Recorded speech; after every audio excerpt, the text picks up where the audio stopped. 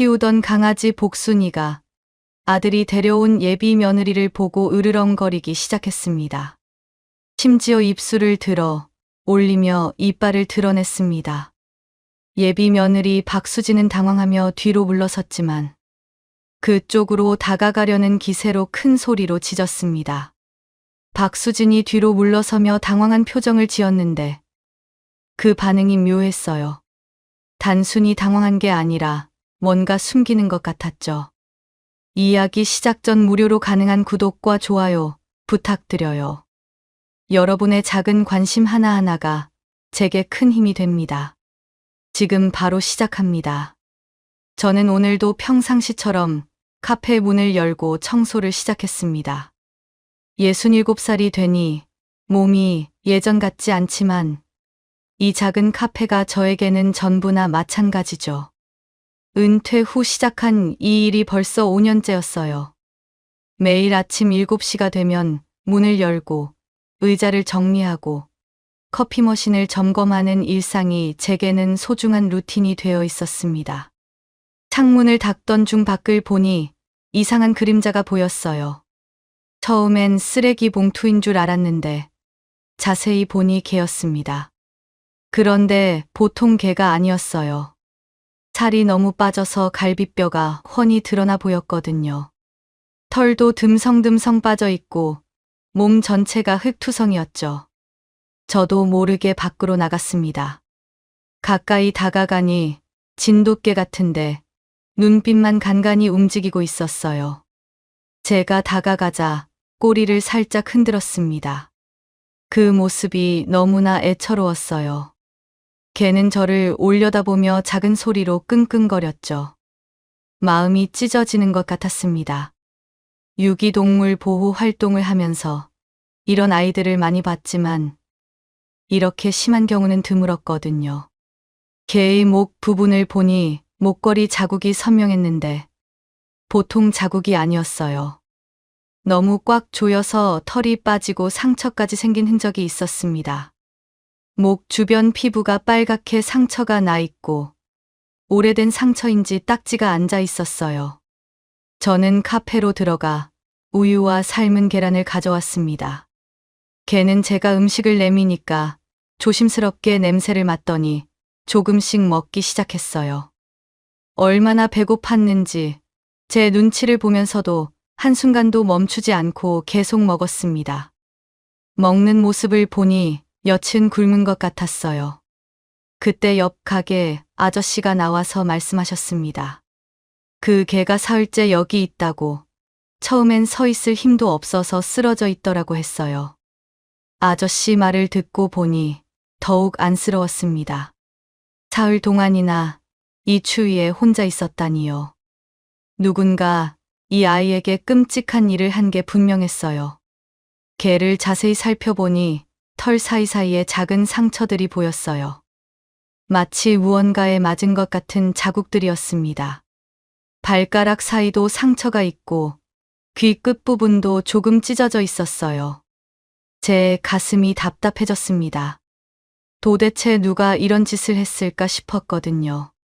저는 개를 카페 안으로 데려왔어요. 처음엔 무서워하더니 이내 제 무릎 근처에서 웅크리고 앉았습니다. 따뜻한 카페 안에서 조금씩 긴장이 풀리는 게 보였어요. 개의 숨소리도 점차 안정되었고 떨림도 줄어들었습니다. 이제부터 복순이라고 부르기로 했어요. 복이 많이 오라는 뜻으로요. 복순이는 제가 이름을 부르자 고개를 들고 저를 바라봤습니다. 그 눈빛에서 간절함과 고마움이 동시에 느껴졌어요. 저는 복순이의 머리를 부드럽게 쓰다듬어 주었죠. 복순이는 처음엔 움찔했지만 이내 제 손길을 받아들였습니다. 복순이를 카페에 데려온 지 한 달이 지났습니다. 처음 며칠은 거의 움직이지도 않고 구석에만 웅크리고 있었어요. 밥을 줘도 제가 보고 있으면 먹지 않았죠. 아마도 과거의 트라우마 때문인 것 같았습니다. 사람을 무서워하는 게 당연했어요. 저는 복순이가 편애할 때까지 기다렸습니다. 강요하지 않고 그냥 카페 일을 하면서 자연스럽게 지냈어요. 복순이도 점점 제 움직임에 익숙해지기 시작했죠. 처음엔 제가 지나가기만 해도 몸을 움츠렸는데 일주일쯤 지나니 조금씩 달라졌어요. 복순이의 상처가 하나씩 아물어가는 모습을 지켜보는 건 정말 뜻깊은 일이었습니다. 목 주변의 상처도 깨끗이 났고 털도 조금씩 다시 자라나기 시작했어요. 가장 큰 변화는 눈빛이었습니다. 처음 만났을 때의 절망적인 눈빛이 아니라 점점 생기가 돌기 시작했거든요. 일주일쯤 지나니 복순이가 제 뒤를 따라다니기 시작했어요. 제가 커피를 내리면 옆에서 조용히 앉아 있고 손님이 오면 뒤로 숨기도 했습니다. 그래도 예전보다 훨씬 나아졌어요. 적어도 사람을 보고 떨지는 않았거든요. 한 달이 지나자 복순이는 완전히 다른 개가 되었습니다. 털도 윤기가 나고 살도 적당히 올랐어요. 무엇보다 눈빛이 살아있었죠. 손님들이 오면 꼬리를 흔들며 다가가기도 했습니다. 특히 아이들을 좋아해서 근처 초등학교 아이들이 가끔 카페에 들르면 아이들 옆에 가서 얌전히 누워있곤 했어요. 복순이의 성격도 점점 드러났습니다. 정말 순하고 온순한 아이였어요. 다른 손님들이 음식을 떨어뜨려도 함부로 먹지 않고 저를 쳐다봤죠. 허락을 받고 나서야 먹었습니다. 밤에는 제 침대 옆에서 자면서 가끔 잠꼬대로 끙끙 소리를 내기도 했어요. 아마 과거의 나쁜 기억들이 꿈에 나타나는 것 같았습니다. 어느 날 오후였어요. 커피 한 잔을 마셔 온 젊은 부부가 있었는데 복순이가 그들 테이블 옆에 가서 앉더라고요. 부부는 처음에 놀랐지만 이내 복순이를 귀여워했습니다. 복순이는 더욱 꼬리를 흔들며 배까지 보여주었죠. 그런 모습을 보면서 저는 생각했어요. 복순이도 이제 사람을 완전히 믿는구나 하고요. 카페 일이 끝나고 저녁이 되면 복순이와 산책을 했어요. 동네 한 바퀴 도는 건데 복순이는 항상 제 옆에 바짝 붙어서 걸었습니다. 다른 개들을 만나면 조금 긴장하긴 했지만 예전처럼 떨지는 않았어요. 오히려 호기심을 보이기도 했습니다. 저는 복순이와 함께하는 일상이 너무 소중했어요. 아침에 일어나면 복순이가 제 옆에서 하품을 하며 깨어나고 카페 문을 열면 복순이가 먼저 뛰어나가는 모습까지도요. 정말 똑똑한 아이였습니다. 어느 화요일 오후 아들 영호가 전화를 했어요. 목소리에 설렘이 담겨 있었습니다. 38살인 아들이 결혼 생각을 하고 있다는 건 정말 기쁜 일이었거든요. 영호는 평소에 일만 하느라 연애를 제대로 해본 적이 없었는데 드디어 좋은 사람을 만난 모양이었어요. 다음 날 오후 3시쯤 영호가 나타났습니다. 키 큰 여자분과 함께였어요. 첫 인상은 나쁘지 않았습니다. 깔끔하게 차려입고 미소도 상냥해 보였거든요. 박수진이라는 분이었는데 영호가 소개하는 모습을 보니 정말 좋아하는 게 느껴졌어요. 박수진은 공손하게 인사를 했어요. 목소리도 부드럽고 예의 바른 느낌이었습니다. 저는 괜찮은 인상을 받았어요. 영호도 평소보다 밝아 보였고 박수진을 배려하는 모습이 보기 좋았습니다. 두 사람을 테이블로 안내하면서 저는 마음이 흐뭇했어요. 복순이는 평소처럼 제 뒤를 따라오고 있었어요. 그런데 복순이가 박수진을 보는 순간 이상한 일이 일어났습니다. 갑자기 몸을 경직시키더니 낮은 소리로 으르렁거리기 시작했어요. 평소에 보기 어려운 모습이었습니다. 저는 당황했죠. 복순이가 한 달 넘게 누구에게나 친근하게 굴었는데 이런 반응은 처음이었거든요. 복순이는 계속해서 박수진을 향해 으르렁거렸어요. 심지어 입술을 들어 올리며 이빨을 드러냈습니다. 완전히 경계하는 자세였죠. 박수진은 뒤로 물러서며 당황한 표정을 지었어요. 얼굴이 조금 굳어 보였습니다. 영호도 놀란 표정이었어요. 저는 복순이를 뒤쪽으로 데려가려고 했는데 복순이는 꿈쩍도 하지 않았어요. 오히려 더 크게 짖기 시작했습니다. 복순이의 짖는 소리가 카페 안을 가득 채웠어요. 다른 손님들도 놀라서 바라봤습니다. 저는 당황해서 복순이를 달래려 했지만 소용없었죠. 복순이는 박수진을 향해 계속 짖고 있었어요. 심지어 박수진 쪽으로 다가가려는 기세까지 보였습니다. 복순이의 행동이 정말 이상했어요. 한 달 넘게 지켜본 복순이는 절대 이런 아이가 아니었거든요. 항상 온순하고 다정했던 복순이가 이렇게 공격적으로 나올 줄은 상상도 못했어요. 분명히 이유가 있을 거라고 생각했습니다. 그런데 박수진의 반응도 묘했어요. 단순히 무서워하는 것 같기도 하고 뭔가 숨기는 것 같기도 했죠. 복순이를 보는 눈빛이 일반적인 두려움과는 달랐어요. 마치 복순이를 알고 있는 것 같은 느낌이었습니다. 복순이의 행동이 계속되자 저는 어쩔 줄 몰랐습니다. 이런 복순이는 처음 봤거든요. 평소에 누구한테나 친근했던 복순이가 이렇게 공격적으로 나올 줄은 상상도 못했어요. 복순이의 온몸이 긴장으로 굳어 있었고 털까지 곤두서 있었습니다. 저는 복순이를 안아 올리려 했는데 복순이가 제 손을 피하며 계속 박수진을 노려봤어요. 눈빛이 평소와 완전히 달랐습니다. 마치 원수를 본 것 같았죠. 복순이의 이런 모습은 정말 처음이었어요. 한 달 넘게 함께 생활하면서 단 한 번도 이런 반응을 보인 적이 없었거든요. 박수진이 또 뒤로 물러섰어요. 목소리에 두려움이 섞여 있었습니다. 영호도 복순이를 보며 당황한 표정이었어요. 하지만 저는 이상했어요. 복순이가 이유 없이 이럴 리 없었거든요. 한 달 넘게 함께 지내면서 복순이의 성격을 잘 알고 있었습니다. 복순이는 여전히 박수진을 향해 으르렁거리고 있었어요. 박수진이 조금만 움직여도 더 크게 짖었죠. 정말 이상한 일이었습니다.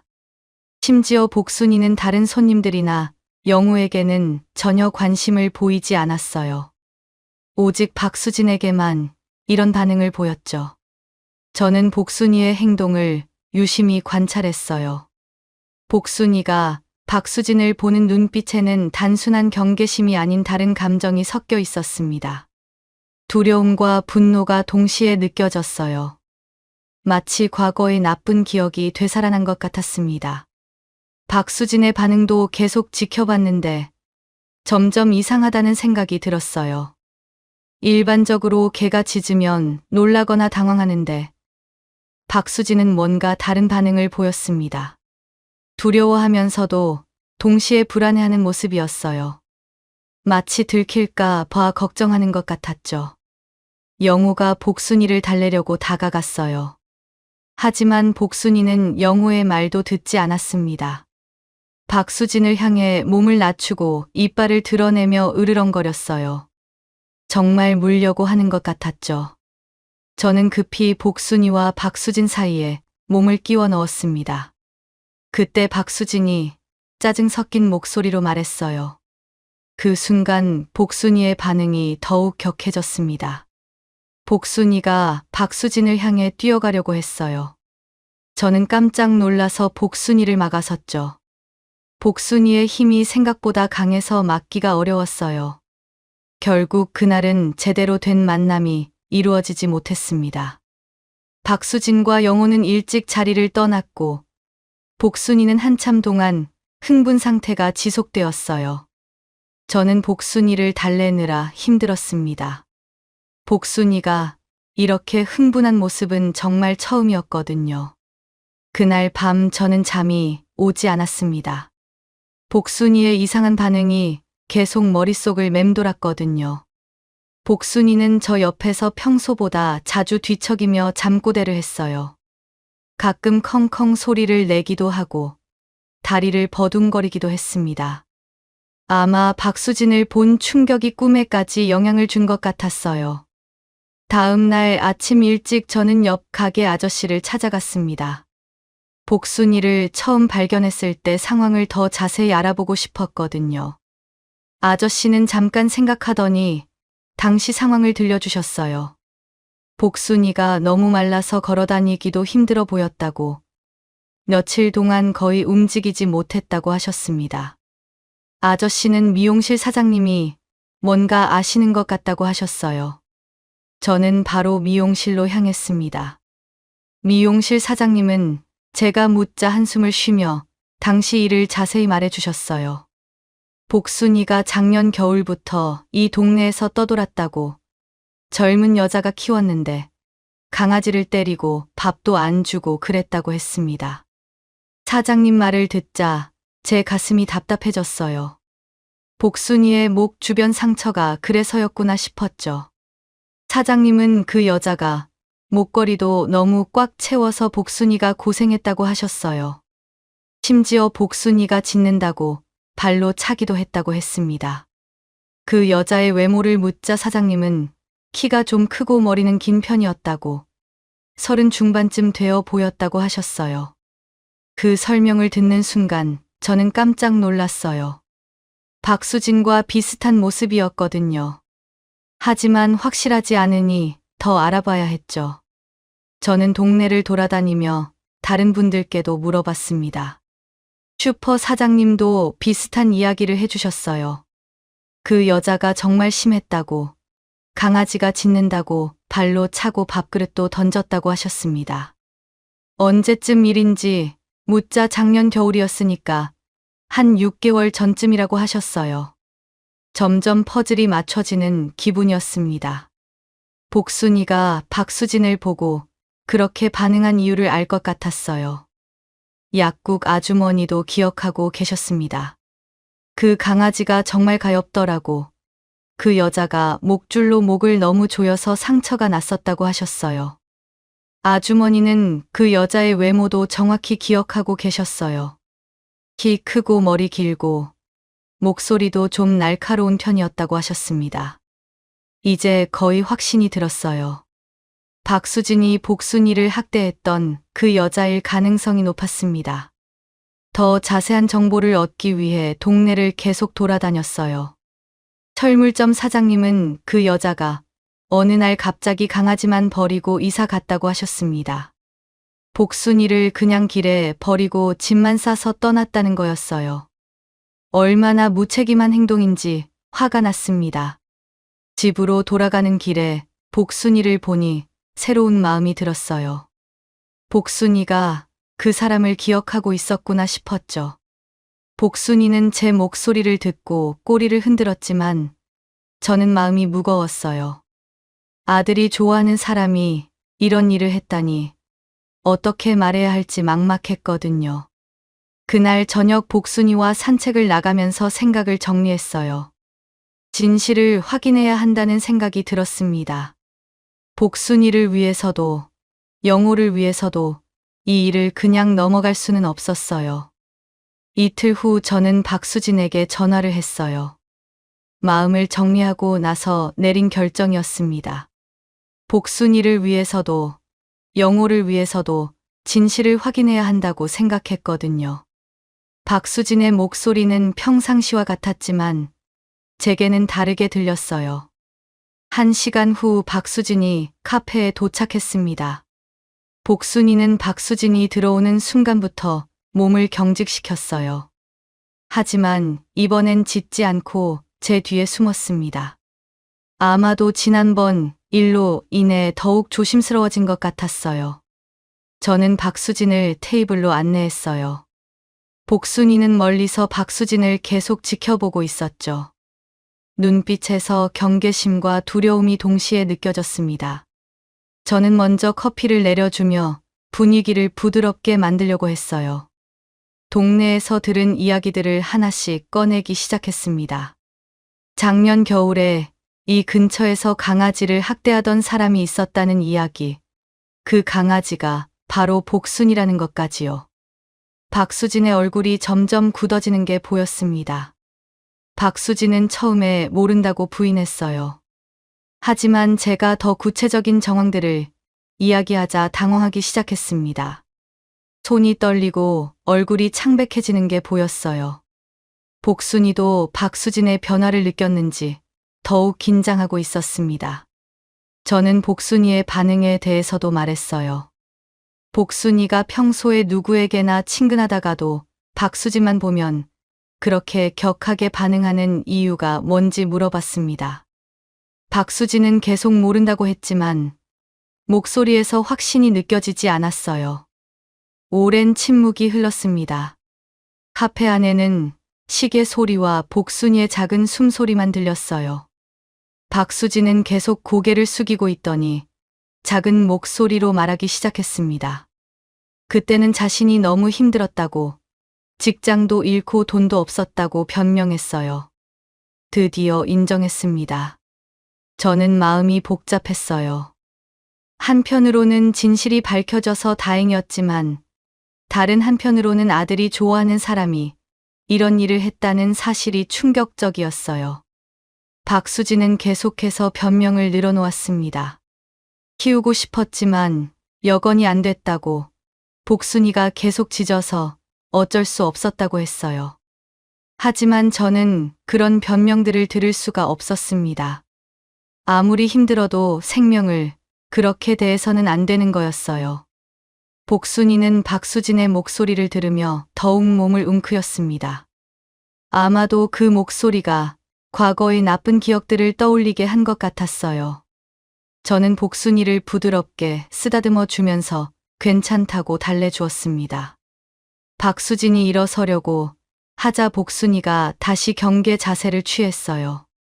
하지만 이번엔 짖지 않고 그냥 조용히 지켜보고 있었습니다. 마치 이제는 자신을 지켜줄 사람이 있다는 걸 아는 것 같았어요. 저는 복순이의 그런 모습이 기특했습니다. 박수진은 결국 모든 걸 인정했지만 끝까지 변명을 멈추지 않았어요. 저는 더 이상 들을 필요가 없다고 생각했습니다. 중요한 건 복순이가 얼마나 고생했는지, 그리고 지금은 안전하다는 것이었거든요. 그날 박수진이 떠난 후 복순이는 한동안 불안해했어요. 계속 문 쪽을 바라보며 혹시 다시 올까봐 걱정하는 것 같았습니다. 저는 복순이를 안아주며 이제 괜찮다고, 다시는 그런 일이 없을 거라고 안심시켜 주었어요. 박수진의 고백을 들은 후 저는 며칠 동안 고민했어요. 아들 영우에게 어떻게 말해야 할지 정말 어려웠거든요. 하지만 결국 진실을 알려야 한다고 생각했습니다. 영우가 박수진과 결혼하기 전에 그녀의 진짜 모습을 알아야 했어요. 영우에게 전화를 해서 카페로 오라고 했습니다. 중요한 이야기가 있다고 했더니 영우는 걱정스러운 목소리로 대답했어요. 1시간 후 영우가 카페에 왔을 때 복순이는 평소처럼 반갑게 꼬리를 흔들며 맞이했습니다. 저는 심호흡을 하고 영우에게 모든 걸 말했어요. 복순이의 과거와 박수진이 복순이를 학대했다는 사실까지요. 영우는 처음에 믿기 어려워했습니다. 하지만 제가 동네 사람들에게서 들은 이야기와 박수진이 직접 인정했다는 사실까지 말하자 얼굴이 점점 굳어졌어요. 영우는 한동안 말없이 복순이를 바라봤어요. 복순이는 영우 옆에 가서 앉았습니다. 영우가 복순이 머리를 쓰다듬자 복순이는 편안하게 눈을 감았죠. 그 모습을 보며 영우는 복순이가 정말 그런 일을 당했다는 걸 실감하는 것 같았어요. 저는 조심스럽게 제 마음을 전했습니다. 생명을 함부로 대하는 사람을 며느리로 받아들일 수 없다고요. 영호도 이미 마음을 정리한 것 같았습니다. 복순이를 안으면서 미안하다고 말하는 영호의 모습이 안쓰러웠어요. 복순이는 영호 품에서 편안해 보였습니다. 영호 얼굴을 핫으며 괜찮다는 듯이 행동했어요. 그 모습을 보니 저도 눈시울이 뜨거워졌습니다. 복순이는 정말 착한 아이였어요. 그렇게 힘든 일을 당했으면서도 사람을 원망하지 않고 오히려 더 사랑스럽게 구는 거였어요. 그날 저녁 영호는 박수진과 만나서 모든 관계를 정리했다고 연락했어요. 박수진은 끝까지 변명을 했지만 영호는 단호했다고 했습니다. 영호는 자신이 사람을 보는 눈이 없었다며 자책했지만 저는 지금이라도 알았으니 다행이라고 위로했어요. 영호는 이제 복순이의 과거를 알고 나니 복순이를 더욱 아끼게 되었습니다. 복순이에게 특별한 간식을 사다 주고 새로운 장난감도 선물했어요. 복순이는 영호의 마음을 아는지 더욱 애교를 부렸습니다. 며칠 후 영호가 말했어요. 앞으로는 복순이 같은 아이들을 도와주는 일을 해보고 싶다고요. 저는 그 말을 듣고 정말 기뻤습니다. 이런 일을 통해 영호가 더 성장한 것 같았거든요.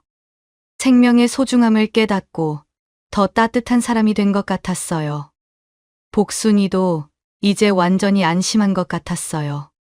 박수진이라는 위협이 사라지자 다시 예전의 밝은 모습을 되찾았습니다. 카페에서 손님들과 놀고 아이들과 함께 뛰어다니는 모습이 보기 좋았어요. 저는 이 일을 통해 많은 걸 배웠습니다. 때로는 진실을 말하는 게 어려울 수 있지만 결국 그게 모든 사람을 위한 길이라는 걸 깨달았어요. 복순이가 저희 가족이 되면서 저희 모두 더 좋은 사람이 된 것 같았습니다. 박수진과의 일이 정리된 지 한 달이 지났습니다. 복순이는 다시 예전의 밝은 모습을 되찾았어요. 더욱 활발해지고 자신감도 생긴 것 같았습니다. 카페 손님들도 복순이의 변화를 알아차리고 더욱 사랑해 주었어요. 저는 복순이와 함께하는 일상이 더욱 소중해졌어요. 아침에 일어나면 복순이가 제 옆에서 기지개를 켜며 일어나고 카페 문을 열면 복순이가 먼저 뛰어나가서 손님들을 맞이했죠.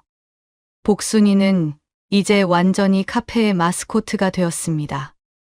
어느 토요일 오후 영호가 카페에 왔는데 뭔가 특별한 것을 들고 있었어요. 복순이를 위한 선물이라며 예쁜 목걸이를 꺼내 보였습니다. 복순이 이름이 새겨진 특별한 목걸이였어요. 영호가 직접 주문 제작한 거라고 했습니다. 영호가 복순이에게 목걸이를 채워주자 복순이는 기뻐하며 뛰어다녔어요. 목걸이가 햇빛에 반짝거리니까 더욱 예뻐 보였습니다. 다른 손님들도 복순이의 새 목걸이를 보고 예쁘다며 칭찬해 주었어요. 저는 아들이 고마웠어요. 복순이를 진심으로 가족으로 받아들여 주었거든요.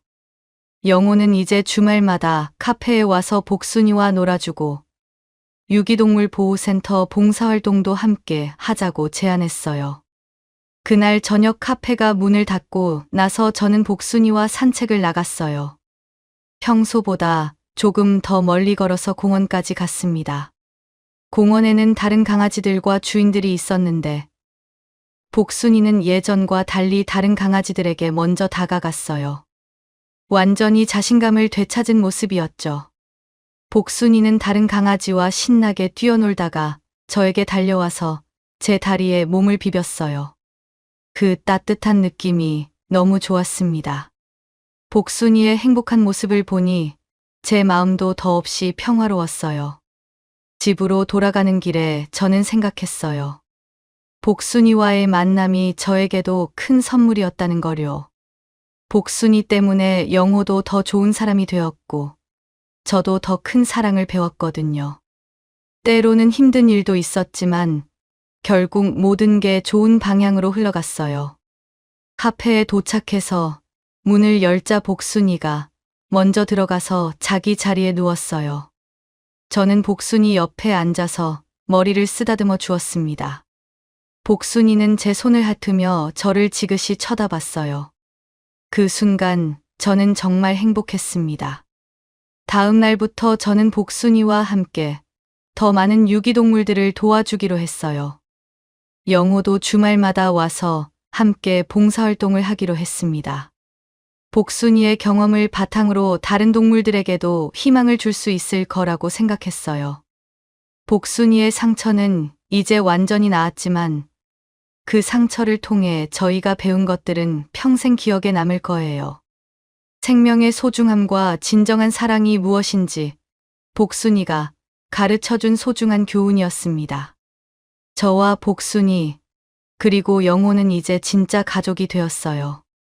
지금까지 이야기 들어주셔서 감사합니다. 구독과 좋아요 부탁드려요. 여러분의 작은 관심 하나하나가 제게 큰 힘이 됩니다.